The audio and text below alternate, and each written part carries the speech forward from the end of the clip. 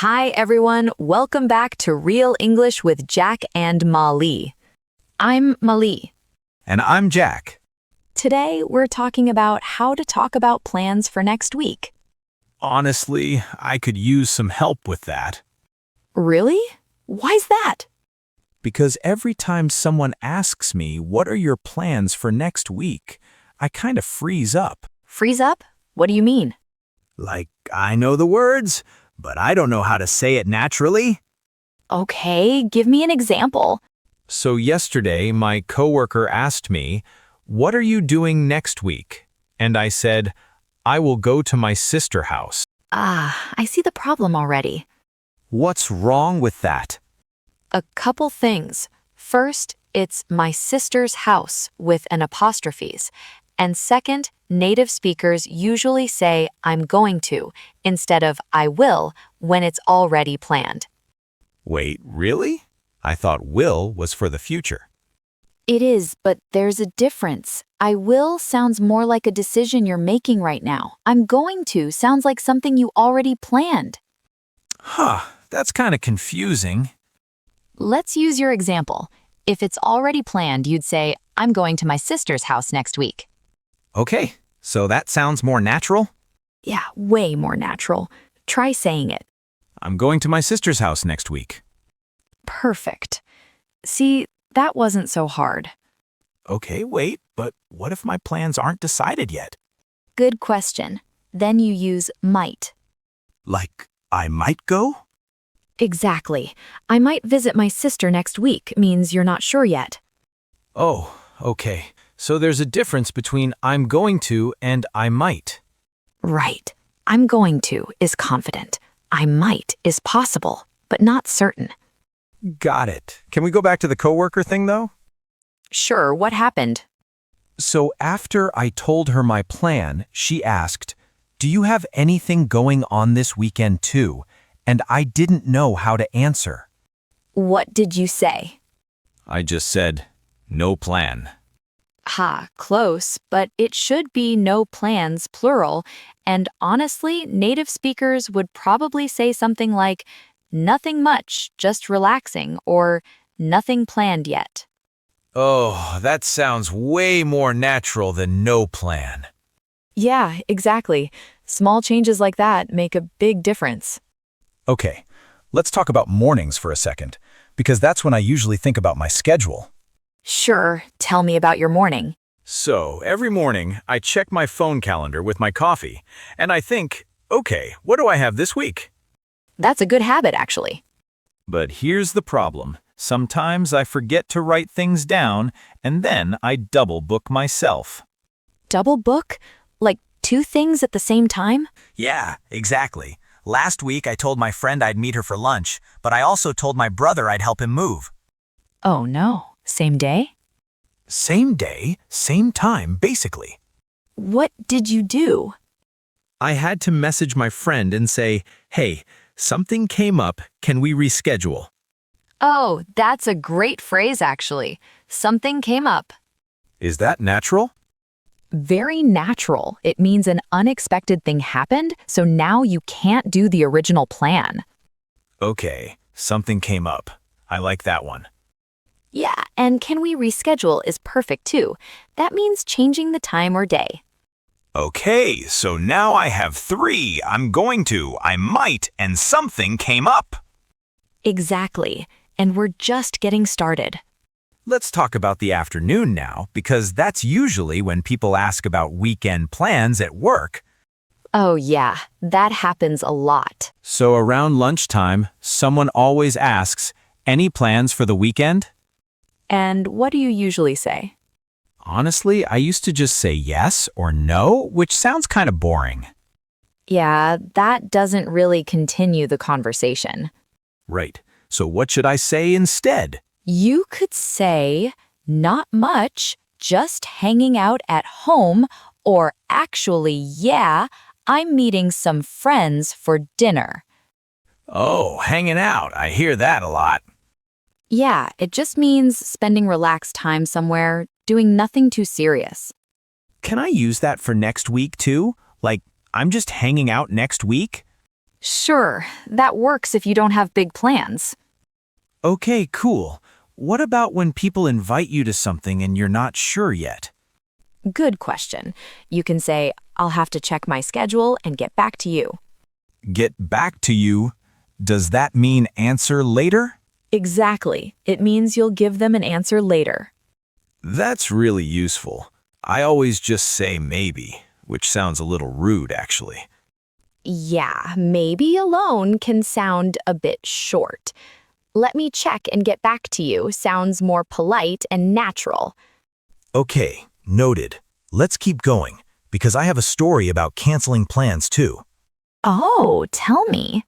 So last month, I made plans with my roommate to go hiking next weekend, but then it started raining all week. Classic. Right? So I texted him, "Hey, should we cancel because of the weather?" And what did he say? He said, "Yeah, let's postpone it to another day." Oh, postpone is a great word here. Is that different from cancel? Yes, big difference. Cancel means it's not happening at all. Postpone means you're moving it to a later time. Oh, I didn't realize that. I think I've been using them the wrong way. It happens a lot with learners, don't worry. Okay, so if I want to say we move the hike to next month, I'd say, We postponed the hike until next month. got it. That's such a useful word. Definitely, and it comes up a lot when people talk about plans for the following week. Speaking of that, I have a question about a mistake I made in a text message. Go on. I wanted to say, I am free next Tuesday, but I wrote, I am free in next Tuesday. Ah, small but common mistake. We don't use in before next plus a day. So it's just next Tuesday, no preposition? Exactly. I'm free next Tuesday is correct. What about on Tuesday? Do we ever use on? Yes, if you're not using next, like I'm free on Tuesday is fine, but once you add next, you drop the preposition. Okay, that's helpful. English prepositions are honestly the hardest part for me. You're definitely not alone there. A lot of learners feel the same. Let's move to evenings now, because that's when I usually plan things with my partner. Sure, tell me your evening routine. So most evenings after dinner, we sit down and talk about the week ahead. That's a nice habit, actually. Yeah, but sometimes we disagree about plans. Oh, really? Like what? Like, I want to stay home and relax, but she wants to go out and see friends. That's a pretty common disagreement. Right. So how do we talk about that kind of thing in English? You could say, I'd rather stay in, but I'm okay with going out if you really want to. I'd rather? Is that like preferring something? Exactly. I'd rather means you prefer one option over another. So could I say, I'd rather stay home next Friday? Yes, perfect example. Okay, I think that's going to be really useful for me. Definitely. And it's a phrase that comes up constantly in daily conversation. Let's talk about one more habit problem, if that's okay. Of course. Go ahead. So sometimes I make plans, but then I completely forget about them. Oh no, that's rough. Yeah, like last week I told a friend I'd call her on Wednesday, but I totally forgot until Friday. What happened when you remembered? I had to apologize and say, I'm so sorry, it totally slipped my mind. Oh, slipped my mind is such a natural expression. Is that different from just saying, I forgot? It's basically the same meaning, but slipped my mind sounds a bit more natural and polite, especially when apologizing. Okay, I'm going to start using that one. Great choice. It fits perfectly with talking about plans you didn't follow through on. Speaking of that, is there a phrase for actually doing what you planned? Yes, follow through. Like, I finally followed through on my plan to go to the gym. Oh, I actually need that phrase in my life. Don't we all?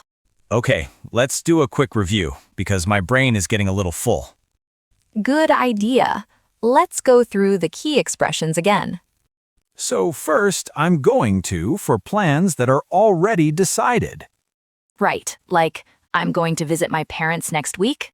Then I might for plans that aren't certain yet. Exactly. I might go to the beach if the weather's nice. Then, something came up when plans get interrupted. Yes, and let me check and get back to you when you're not sure about an invitation. And postpone versus cancel. Great. And don't forget I'd rather for preferences. And slipped my mind for forgetting something. Perfect. You really did remember a lot. I think saying them out loud actually helps me remember better. It really does. Repetition is key with new expressions. Okay, one last thing. What if someone asked me something really direct, like, so what exactly are you doing next Monday? Good one. You could say something like, next Monday, I'm meeting a client in the morning, and then I'm probably just relaxing at home in the evening. Oh, that's a nice structure. Morning then, evening. Yeah, breaking your day into parts makes it much easier to explain your schedule clearly. I like that. It feels less overwhelming than trying to explain the whole week at once. Exactly, one part at a time. Okay, I feel like I actually learned a lot today.